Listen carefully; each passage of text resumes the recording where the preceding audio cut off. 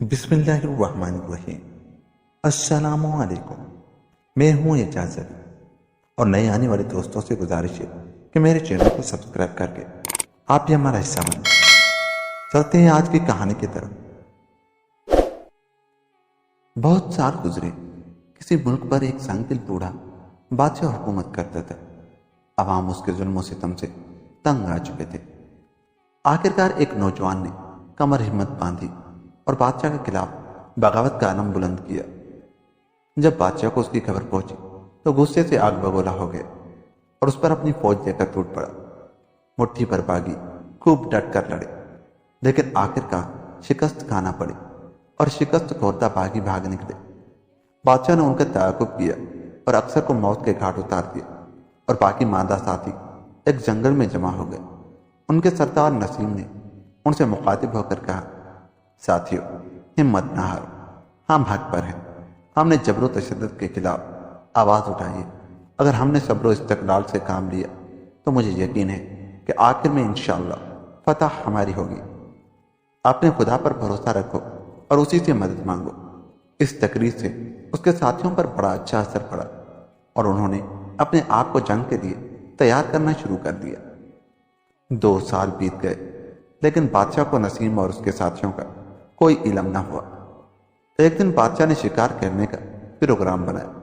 فوج کا ایک دستہ اس کے ساتھ تھا کہ یکایک وہ سب ایک جگہ رک گئے جہاں ایک تختے پر لکھا ہوا تھا، خبردار، یہاں سے نسیم کی مملکت شروع ہوتی ہے۔ نسیم کا نام پڑھتے ہی بادشاہ کے تن بدن میں آگ سی لگ گئی۔ اس نے اپنے ساتھیوں کو آگے بڑھنے کا حکم دیا، لیکن دوسرے ہی لمحے تیروں کی بوچھاڑ نے بادشاہ اور اس کی فوج کو آگے بڑھنے سے روک دیا۔ آخرکار بادشاہ اور نسیم کے ساتھیوں میں گھمسان کا رنگ پڑا اور بادشاہ کو بہت جلد اندازہ ہو گیا کہ 2 سال کے عرصے میں اس نے خاصی طاقت حاصل کر لی ہے۔ تھوڑی ہی دیر کی لڑائی کے بعد بادشاہ کو ناکامی کا منہ دیکھنا پڑا اور اپنے بچے کچے ساتھیوں کے ساتھ بھاگ نکلا۔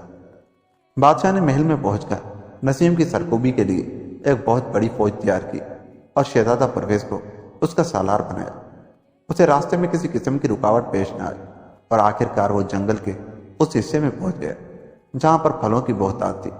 پھلوں کو دیکھ کر فوجیوں کے منہ میں پانی بھر آیا اور وہ پھل توڑ توڑ کر کھانے لگے، لیکن کچھ ہی دیر بعد ان کی حالت نازک ہو گئی کیونکہ نسیم کے ساتھیوں نے اس پھلوں پر زہر چھڑک گئے تھے۔ اس طرح پرویز کی آدھی فوج کا خاتمہ ہو گیا۔ بقایا نصف فوج آگے روانہ ہوئی۔ چلتے چلتے رات ہو گئی۔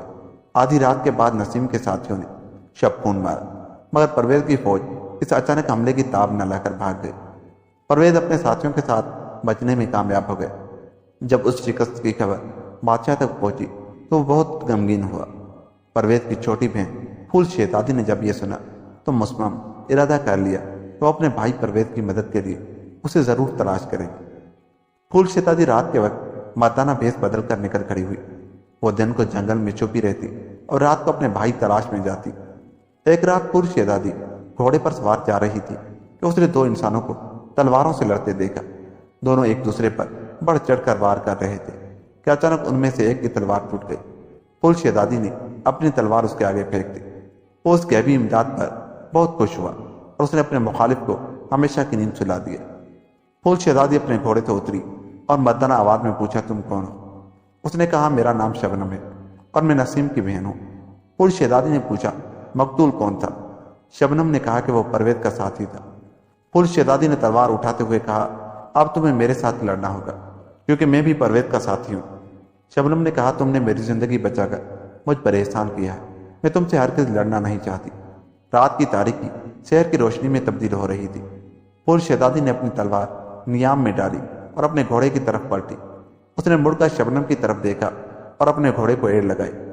ایک شخص رات کی تاریکی میں باغیوں کے ساتھ کیمپ میں داخل ہو رہا تھا۔ اس کے ہاتھ میں خنجر تھا۔ وہ چپکے چپکے قدم اٹھاتا ہوا نسیم کی طرف بڑھ رہا تھا اور نسیم گہری نیند میں مدہوش تھا۔ اس نے چھرا نسیم کے سینے پر رکھا اور اسے بیدار کیا۔ نسیم اس کے ہاتھ میں خنجر دیکھ کر گھبرا گیا۔ اس نے کہا، خبردار، اگر ذرا سی بھی آواز نکالی تو چھرا تمہارے سینے میں اتار دیا جائے گا۔ نسیم نے کہا، تم کون ہو؟ اس نے جواب دیا، میں پرویز ہوں، تم کو میرے ساتھ چلنا ہوگا۔ سہما ہوا نسیم چپکے سے اس کے ساتھ چل پڑا۔ انہوں نے ابھی زیادہ فاصلہ طے نہیں کیا تھا کہ پرویز کے ساتھی بھی آ گئے اور انہوں نے نسیم کی مشقیں کس لیں اور رات کی تاریکی نے انہیں ڈھانپ لیا۔ صبح صادق تک یہ خبر آگ کی طرح پھیل گئی کہ نسیم لاپتہ ہو گئے۔ شبنم میں ہر طرف آدمی دوڑائے لیکن نسیم کا کچھ پتہ نہ چل سکا۔ یہ معلوم کرنے کے لیے انہوں نے کچھ جاسوس مقرر کیے۔ ایک دن ایک جاسوس نے خبر دی کہ نسیم بادشاہ کی قید میں ہے۔ یہ سن کر باغیوں میں کموں غصے کی لہر دوڑ گئے۔ نماز فجر ادا کرنے کے بعد ایک مسلح فوج نسیم کی بہن شبنم کی قیادت میں جنگل سے گزر رہی تھی۔ آخر یہ شاہی قلعے کے سامنے جا پہنچی۔ بادشاہ کی فوج بھی تیاری میں تھی۔ دونوں طرف سے اعلان جنگ کر دیا گیا۔ شبنم جس طرف بھی نکل جاتی پانسا پلٹ کر رکھ دیتی۔ خون کی ندیاں بہہ رہی تھی۔ شبنم بادشاہ کی فوج میں گھستی چلی گئی۔ چاروں طرف سے دشمنوں میں گھری ہوئی تھی لیکن وہ موت سے ڈر نہیں رہی تھی بلکہ وہ موت سے لڑنا چاہتی تھی۔ آخر شبنم بادشاہ تک جا پہنچی۔ اب ظالم بادشاہ اور شبنم میں تیغ زنی ہو رہی تھی کہ بادشاہ نے ایک ایسا بھرپور وار کیا کہ شبنم کا کندھا زخمی ہو گیا۔ اب شبنم نے سنبھل کر اپنی پوری طاقت سے ایسا وار کیا کہ شبنم کی تلوار ڈھال کو چیر کر بادشاہ کے سینے میں پیوست ہو گئی اور وہ ایک دلدوز چیخ کے ساتھ زمین پر گر گیا۔ یہ دیکھ کر اس کی فوج پسپا ہونے لگی اور باغی ایک دوسرے پر بڑھ چڑھ کر وار کرنے لگے۔ شاہی فوج میدان جنگ سے بھاگ نکلی اور باغی فتح کی شادیانے بجاتے ہوئے شہر میں داخل ہو گئے۔ شبنم اپنے بھائی کو تلاش کرنے لگی۔ پرویز شبنم کو مارنے کے لیے چھپتا ہوا اس کے پیچھے آ رہا تھا اور شبنم بالکل غافل تھی کہ پرویز نے ایک بھرپور وار کیا لیکن پرویز کا وار دوسری تلوار پر جا کر رک گیا۔